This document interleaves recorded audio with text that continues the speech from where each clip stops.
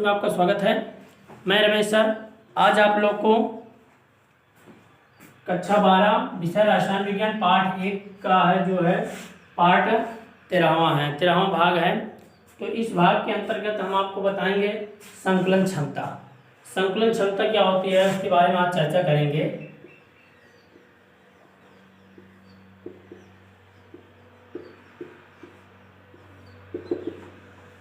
संकुलन क्षमता, तो देखिए संकुलन क्षमता किसे कहते हैं, यानी जैसे कि अवयवी कण में जैसे परमाणु अणुओं अथवा आयनों के संकुलित होने पर किसी भी प्रकार से ये संकुलित होते हैं तो उनमें क्या होता है, रिक्तियों के रूप में कुछ स्थान खाली रह जाते हैं। तो जो स्थान खाली रह जाते हैं वो जो है कुल उपलब्ध स्थानों के वह प्रतिशत है जो कणों द्वारा संपरित होता है, उसी को हम क्या कहते हैं, संकुलन क्षमता कहते हैं। तो देखिए संकुलन क्षमता किसे कहते हैं। संकुलन क्षमता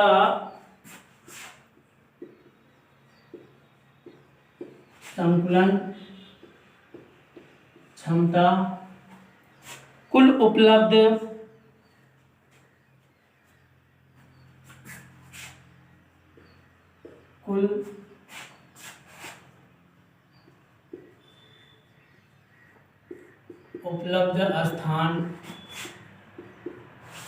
का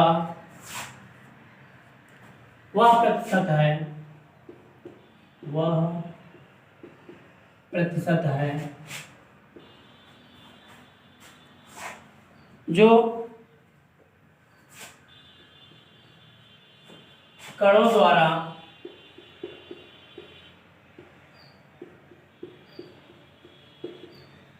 संपूरित होता है, इन्हीं संकुलन क्षमता, उसे संकुलन क्षमता कहते हैं। संकुलन क्षमता जो होता है कुल उपलब्ध स्थानों का वह प्रतिशत है जो कणों द्वारा संपूरित होता है, अर्थात जो रिक्तियों के रूप में स्थान छूटे रहते हैं तो वो क्या होता है, कणों द्वारा क्या होते हैं, संपूरित अर्थात पूर्ण भरे जाते हैं। उन्हीं भाग को क्या कहते हैं, संकुलन क्षमता कहते हैं।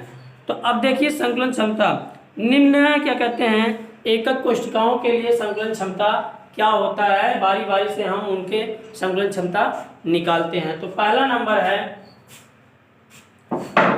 सरल घनीय जालक में संकुलन क्षमता। सरल घनीय जालक में संकुलन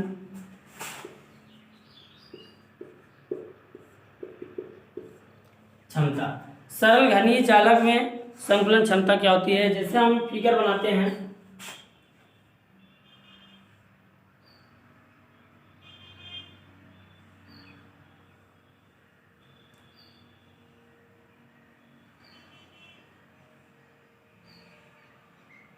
ये देखिए ये क्या है, सरल घनीय जालक है। तो इसमें देखिए हम क्या करते हैं, जैसे कि मान लीजिए ये क्या है, ए है और ये क्या है, एच है।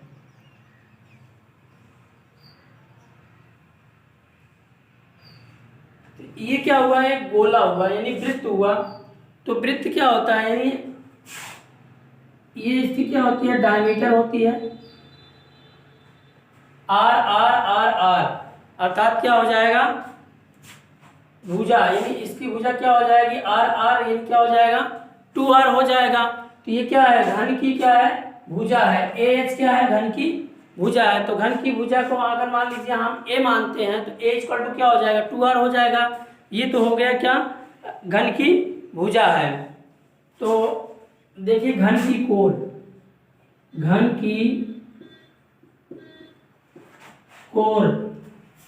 कोर अथवा भुजा की लंबाई,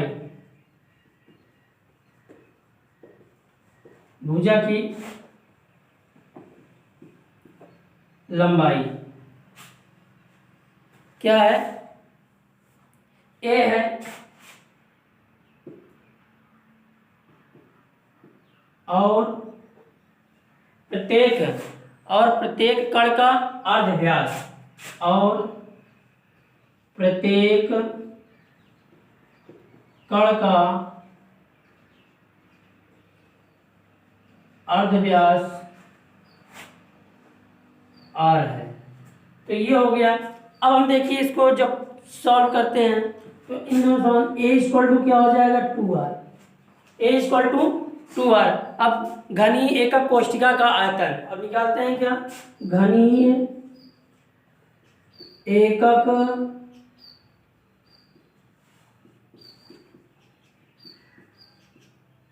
कोष्ठिका का आयतन क्या होता है, ए क्यूब होता है। तो ये क्या हो जाएगा 2r का क्यूब हो जाएगा, ठीक है। तो 2r का क्यूब हो जाएगा तो 8r क्यूब हो जाएगा। अब आप एक चीज और जानिए, जो सरल घनीय एकक कोष्ठिका होता है उसमें परमाणु की संख्या क्या होती है, 1 होती है। क्योंकि सरल घनीय एकक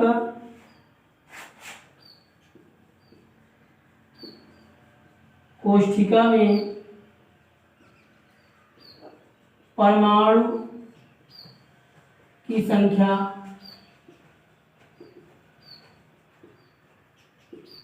1 होती है, 1 होती है। और क्या है, अध्यसित द्विस्थानी क्या होता है, अध्यसित गोले का आयतन। अध्यसित गोले का आयतन क्या होता है, अध्यसित गोले का आयतन 4/3 पाई, 4/3 क्या होता है, पाई आर क्यूब होता है। 4/3 पाई आर क्यूब होता है, ये होता है। अब हमें निकालना क्या है, संकुलन क्षमता। संकुलन क्षमता इक्वल टू क्या होता है, ये फॉर्मूला होता है संकुलन क्षमता बराबर, चूंकि संकुलन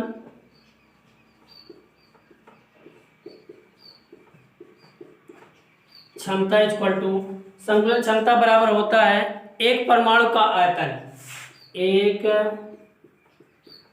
परमाणु का आयतन बटे में घनीय एकक कोष्ठिका का आयतन, घनीय एकक कोष्ठिका का आयतन इंटू 100 प्रतिशत, ये होता है। तेज संकुलन क्षमता बराबर क्या होता है, एक परमाणु का आयतन बटे घनीय एकक कोष्ठिका का आयतन इंटू 100% होता है, ठीक है। तो ये हुआ। अब हम इसको क्या करेंगे, सॉल्व करेंगे। तो देख लीजिए, इधर हटा देते हैं,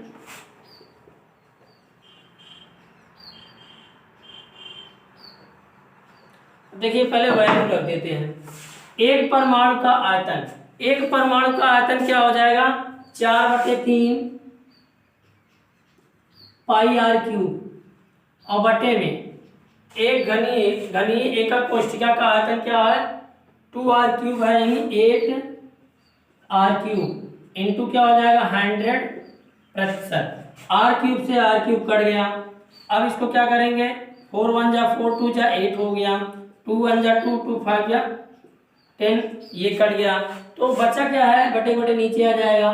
तो ये हो जाएगा पाई अपान में 3 इंटू 50%। तो अब ये बच्चा है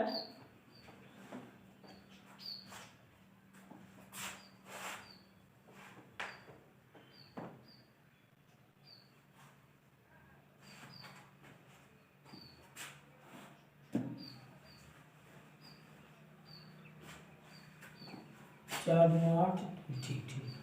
अब क्या करेंगे, हम पाई की वैल्यू रख देंगे। अब इसके आगे सॉल्व करते हैं।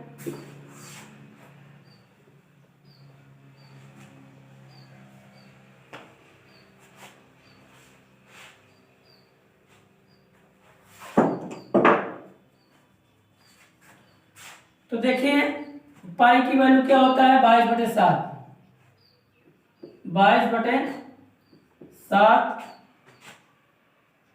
और बटन क्या हो जाएगा 3 × 50 7 नीचे आएगा, ये 22/7 × 3 × 50%। अब इसको हम क्या करेंगे, दैट सॉल्व करते हैं। तो देखिए 5 0 0, 5 2 10, 0 5 2 10 1 11 अपान क्या हो जाएगा 21।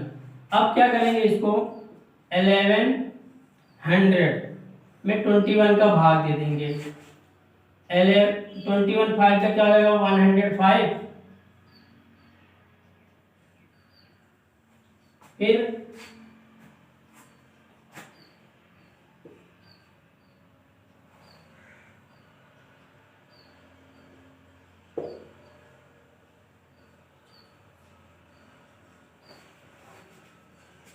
7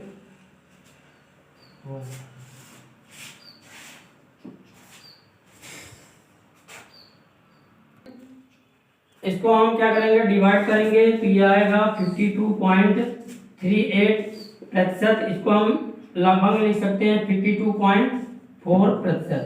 तो ये क्या है, सरल घनीय, यानी सरल घनीय एकक कोष्ठिका में क्या है, संकुलन क्षमता क्या किए हैं। तो सरल घनीय एकक कोष्ठिका का संकुलन क्षमता क्या होता है 52.4% है।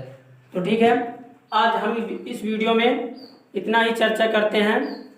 अगले वीडियो में आपको बताया जाएगा, यानी जिसे अंतः केंद्रीय एकक कोष्ठिका की संकुलन क्षमता और HCP और CCP के संकुलन क्षमता के बारे में अध्ययन करेंगे। तो अगर इस वीडियो में आपको जानना समझ में आया हो, मेरे व्हाट्सएप नंबर 93 35 34